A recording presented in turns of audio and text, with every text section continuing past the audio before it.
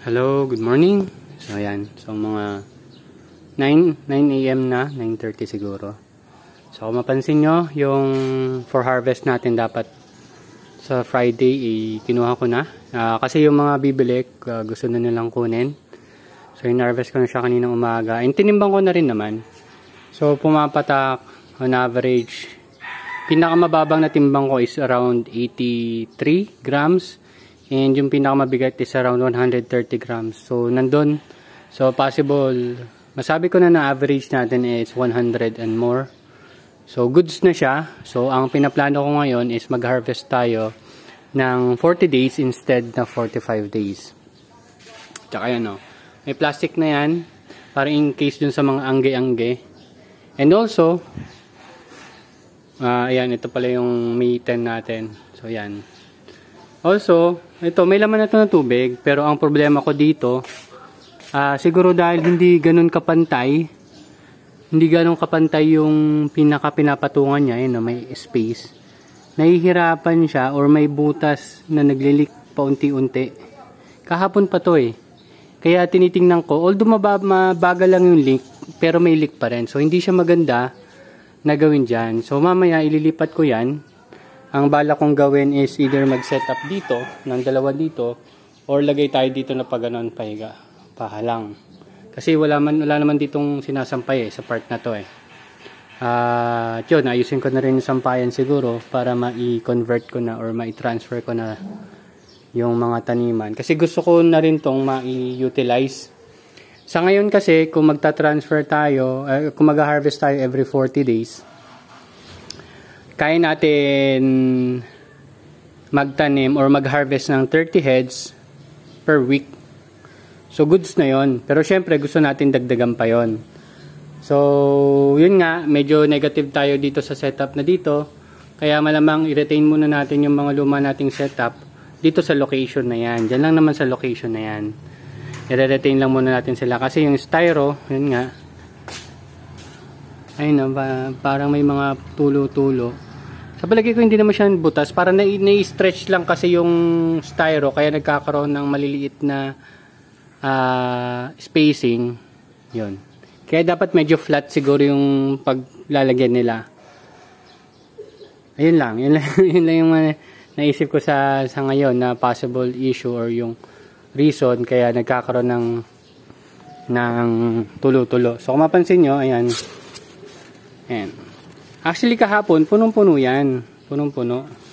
Hindi sure kung kita. Punong-puno yan. Ngayon, nabawasan siya siguro na mga less than half inch. So, malaki na yon. Kasi kung isang araw lang naman yung pagitan nun, malaki na yon, nabawas ng tubig. So, kung i-consider mo nutrient solution, medyo magastos yun. At ang magiging problema, kung may time na hindi na maabot ng ugat yung nutrient solution, is babagal yung paglaki nila. So, hindi muna natin yan ipupush sa setup na ganyan. Ang naisip ko nga, itong tubig na to, baka galing din sa ganun setup. Pero hopefully hindi. Titingnan na lang natin pag nag-harvest tayo. Kasi ito, ma-harvest ko na to siguro Saturday. So, earlier siya, mga 1 week earlier siya. Kung Saturday, kailan ba to? 20. Anong date ba yung Saturdays? Mga June 1 yata yun So, earlier harvest siya. Mga 4 or 5 days earlier. So, sakto siguro yun sa 40 days. Then, titimbangin ko, kung mag-average naman siya ng 100 grams, so, we'll transfer from 45 days of harvest to 40 days of harvest. Okay? So, let's see kung may improve pa natin yun. Pero sa ngayon yun. Ang gusto ko kasing average na timbang na mga tanim ko is nasa 100 grams. O, yun. Sa ngayon, ganun. So, ito yung next harvest natin. Pero makita nyo naman, maganda. Pero yun nga, pagkatapos ko i-harvest to, ayusin natin yung tawag dyan, butas. I-adjust natin. Tapos may nakita akong mga butas ng styro box. Talagang siksik na siksik. Wait lang. Parang, ito. Nakita ko yung mga styro box na 15 din. Talagang siksik dito yung mga butas nila sa pinakagilid. Yan, siksik talaga ng ganyan. So, tingnan natin kung magagawa natin yun or subukan natin yun, i-adjust natin yung mga yung mga butas niya dito. Since, yun lang yun yung, itong dalawa. Alam ko, dalawa lang yung ganun setup. O ito, tatlo pala.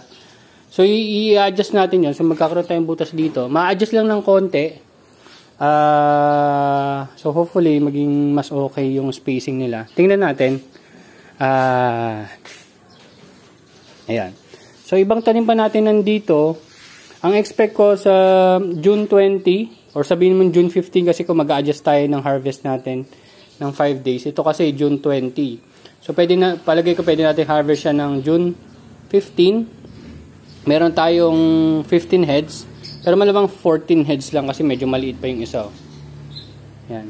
Tapos dito naman nung June 20, ito kasi ma-adjust nga ng 5 days. Meron tayong 30 heads. So hopefully medyo uniform naman yung laki dito. So hopefully maging maganda yung size nila. Tsaka may romaine tayo dyan. So sana gustuhan din ng mga bumibili sa atin. And ito kaya pala ako mag-early harvest kasi nga hinahanap na rin nung buyer. Ang buyer ko po ang mga direct consumer. Sa ngayon direct consumer pa lang ang target natin, yung mga kasama ko sa pag-exercise, pag-jogging. Sila yung ino-offeran ko kaagad. So ito, nakalimutan ko, ibibigay ko sana to dun sa bumili sa akin kanina, nakalimutan ko. Sabi ko sa kanila, sa kanila na yung cherry tomato. Kasi based dun sa nabasa ko or na-share din ni Katanim, hindi advisable maglagay ng cherry tomato with lettuce kasi nga prone daw yan sa white flies. Yun, white flies. Ito naman, nanghihinayang naman akong patayin. Baka yun, papatayin natin. Pero tingnan natin ilang araw pa. Tapos, ito, sana lumaki. Ayan, no? Ito, malaki na sa pipino natin. So, didiligan lang natin. Mukhang kailangan niya ng tubig. So, lagyan na rin natin ng nutrient solution siguro yan. Kasi, no, lumalaki naman sila. Ang problema ko, hindi lumalaki yung bunga na umuurong. So ito, yung mga nutrient solution nandun, tsaka may nutrient solution dun dito, yung mga excess ng mga lettuce natin na in-harvest, yun dinidilig ko dito. Ayan. Pero mamayang tanghali, medyo lulubog yan or malalanta kasi masyado mainit. So, yun pa rin. Hindi ko pa nagagawa yung isang project ko dito na i-insulate yung bubong So, ayun. Yan goods na goods naman. Ganda ng bunga. Ang ganda ng bunga. Ang ganda ng tubo. Ayan. Share na lang sila dyan. And dito maraming kulitis Ayan. Diba dati may kulitis ako dito. So nahulog yung mga buto. Tubuan na sila ngayon. Dami. Oo. Kaya bala ko baka ilipat ko ito. Ilipat ko doon. Para magkaroon sila ng konting space dyan. Ayan. So ito naman. Ito yung mga sobra-sobra nating seedlings. Then, yan. Lumalaki naman sila dyan. So ito, alog-alog lang. Alog-alog lang. Sana may mabuong fruits. Kung wala, ganoon talaga. So ayun, tinitingnan natin kung lumalaki na sa lupa. Medyo mabagal. Yan. So inobserbahan naman natin siya every now and then. Tapos ayan. At may nakakapasok pa ng mga ibon. Iniisip ko kung paano ko talaga gagawin para at least seal na sila. Madalas doon sila sumusuot Matatalino talaga mga ibon Pero hindi naman nila pinapakalaman yung mga tanim natin. Meron kasi kaming alagang lovebirds dito. Nakikikain sila dun sa mga nahuhulog na feeds. Yun. Ano pa ba? Ayun. So, palagay ko magsiset up muna ako dito. Pahaba. Siguro dito sa part na to or part na yon, maglagay muna tayo dyan. Kasi yung next transfer ko is malamang bukas dito. Yan. So ito naman, ito mapapansin yung container, di ba dalawa butas? Tinakpan ko na yung luma, tapos in-adjust ko kasi. So yung susunod natin, i-adjust natin yung banda dito. Ayan. Timplado na yung nutrient solution yan, pero i-double check ko na lang bago tayo mag-transfer. At dito naman, tuloy-tuloy pa rin naman to. Ito hindi ko na masyadong inaalagaan yung nutrient solution Pero sige, check natin mamaya. Ayan. Ayun, ang dami ng Ang dami nang nabawas sorry. Ang dami nang nabawas. You know, natutuyo kasi siya eh. Natutuyo. Magkakaroon, tapos matutuyo. Kakaroon, matutuyo. Kahit minomonitor ko siya. Kaya medyo nawalan ako ng gana, kumbaga. Siguro linisin ko na lang muna to. Palagay ko. It's time para linisin na siya. Alaga ulit ako. Pwede naman tayo mag-alaga ulit. Pero baka mag-focus muna tayo sa lettuce and bell pepper. Tingnan natin kung advisable din yung bell pepper. Ito, pwede natin to i-harvest. Oh. Ayun, no, dito po sumusok yung ano eh. Ibon eh. Dapat maayos ko yan. Anyway, baka ang i-cover ko sa taas na isang buo na lang kaysa papatse-patse. Yan ang gagawin natin. Hopefully, hindi na sila makaisip kung paano sila makakalusot. Pero yan, nakakalusot pa rin sila. Ayun, daming bunga kung titingnan nyo. Kasi problema, walang lumalaki. Yun yung problema, walang lumalaki. Naku, nakalabas na pala yung pipino ko doon. Oh. Yun lang. No. Oh, kakaiba. Pero lakas, di ba? So, hopefully, lumaki naman yung mga alaga natin dito. Ito, hindi na. Umurong na, umurong. Yan yung unang-unang bunga na nakita ko dyan eh. Pero yun nga, umuurong. So, kung urong naman siya ng urong, uurong na rin tayo sa kanya. Ayun. So, that's it lang naman. Yun lang naman activity natin ngayon kasi nagawa ko na kahapon yung paglalagay ng plastic para sa pag-anggi-anggi.